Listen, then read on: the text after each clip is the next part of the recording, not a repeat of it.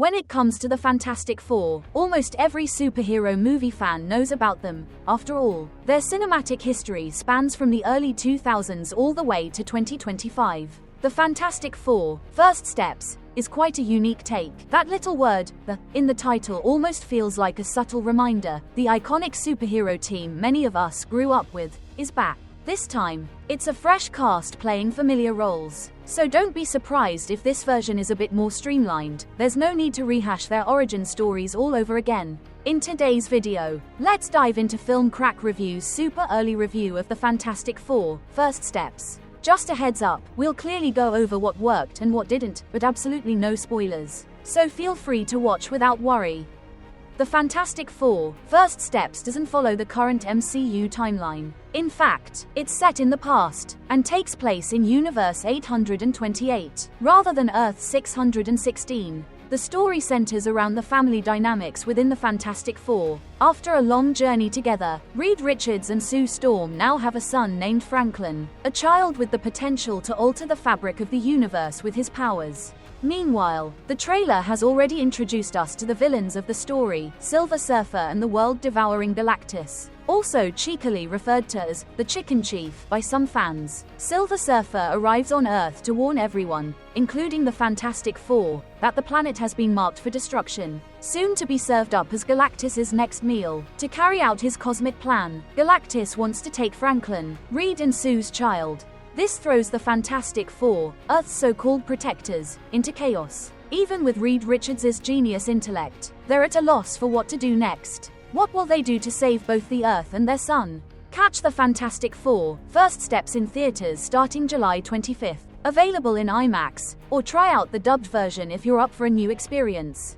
In terms of story, if you're expecting something fresh or groundbreaking, we have to say, the Fantastic Four, First Steps doesn't deliver anything too revolutionary. It stays well within the safe zone of recent Marvel releases. One reason for this could be that Marvel isn't ready to take major risks just yet. Even though the Fantastic Four are familiar faces to fans, they're not yet fully integrated into the wider MCU. Marvel likely wants to take its time, and they'll need a solid reason to smoothly bring this team into a universe that's already sprawling. The plot still revolves around the Fantastic Four as a family, but this time they're up against forces beyond their control. Even Reed Richards, the smartest man on Earth, can't predict what's coming, nor how to choose when it's family versus the fate of the planet. That said, the biggest strength of the film is that the core storyline remains intact. There aren't too many drastic changes. This makes it much easier for both longtime fans and newcomers to jump into this version of the Fantastic Four, without having to re-watch the 2005 or 2014 versions. Even if you've never seen an F4 movie, you'll be able to follow along just fine. The first 10 to 15 minutes do a good job introducing the origins of the team and explaining where their powers come from. However, the biggest downside is the pacing and storytelling, which feel a bit forced at times. The film moves a little too fast, likely because it runs shorter than expected, making it hard to let certain emotional or plot moments fully land.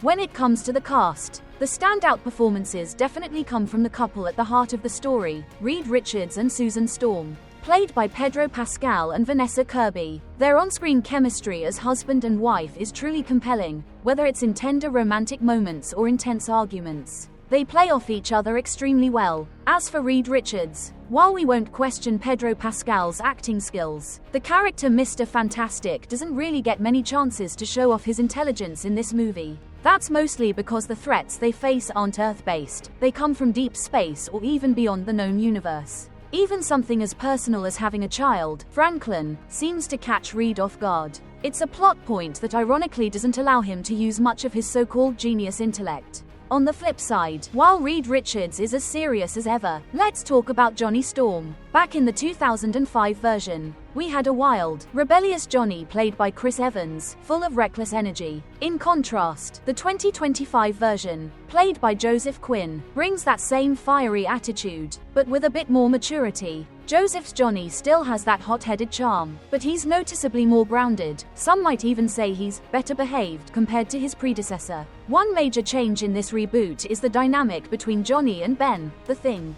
In previous versions, especially 2005, these two were always bickering and pulling pranks on each other. But in First Steps, their relationship feels more like a casual, friendly rivalry. They joke around, poke fun, but it's all good-natured. It's a refreshing change that might surprise longtime fans of the franchise. This change in character dynamics is actually a welcome one. It brings a fresh feeling for longtime superhero fans while offering something more relaxed and relatable for casual viewers or newcomers to the genre. The Thing, played by Eben Moss-Bachrach, still retains his classic gruffness, but there's something more approachable and warm about this version compared to past iterations. That said, he doesn't stand out as much as the others in the main cast. In fact, he feels a bit like he's taking a step back to let the others shine. While Reed and Sue clearly dominate the spotlight, the pairing of Johnny Storm and Silver Surfer also leaves a strong impression. Their interactions, filled with banter, tension, and unexpected moments of connection, manage to deliver both comedy and emotional depth, helping audiences empathize with their motivations. Other supporting characters like Galactus, Herbie, and some of the secondary cast thankfully get just enough screen time to make their presence felt. But if there's one letdown in the character department, it's Galactus. Despite having a visually impressive and well-crafted design, his presence doesn't quite deliver the level of threat or awe that fans might expect. To put it simply, he feels somewhat nerfed, King the Terrifying. Godlike energy you'd anticipate from a devourer of worlds. Still, when it comes to character motivation, the film does a solid job, especially with Silver Surfer, whose actions and inner conflict are made clear and compelling. And as for the Fantastic Four, their core value remains unchanged. They're a family, first and foremost, fighting to protect their small family unit and the larger family they call Earth.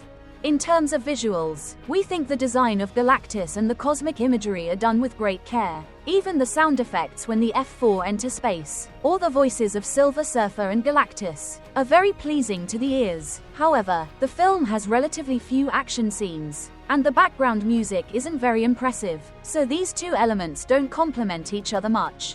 But when evaluating the visuals and sound separately, both are fairly sufficient and fitting for a film like The Fantastic Four: First Steps. They're not bad to the point that people would feel uncomfortable or criticize them. They're enough to support the plot, just not particularly memorable.